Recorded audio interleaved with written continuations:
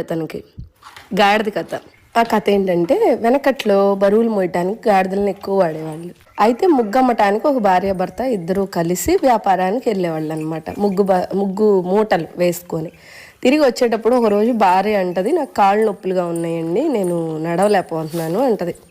అప్పుడు భర్త అంటాడు, సరే గాడిద మీద ఎక్కువ తీసుకెళ్దామని. కొంచెం దూరం వెళ్ళంగానే ఈ అమ్మలక్కలందరూ బయట కూర్చొని, చూడు భర్త అంటే గౌరవం లేదు, ఎలా భర్త నడిపిస్తుందో గాడిద మీద ఎక్కి అంటే, అది విని ఇద్దరు బాధపడతారు. సరే భర్త అంటాడు, ఇంటికి వెళ్ళిన తర్వాత నేను పని చేస్తానులే, నేను గాడిద మీద ఎక్కువస్తాను అని చెప్పి ఆవిడ దిగి నడుస్తూ ఉంటే గాడిద మీద భర్త ఎక్కుతాడనమాట.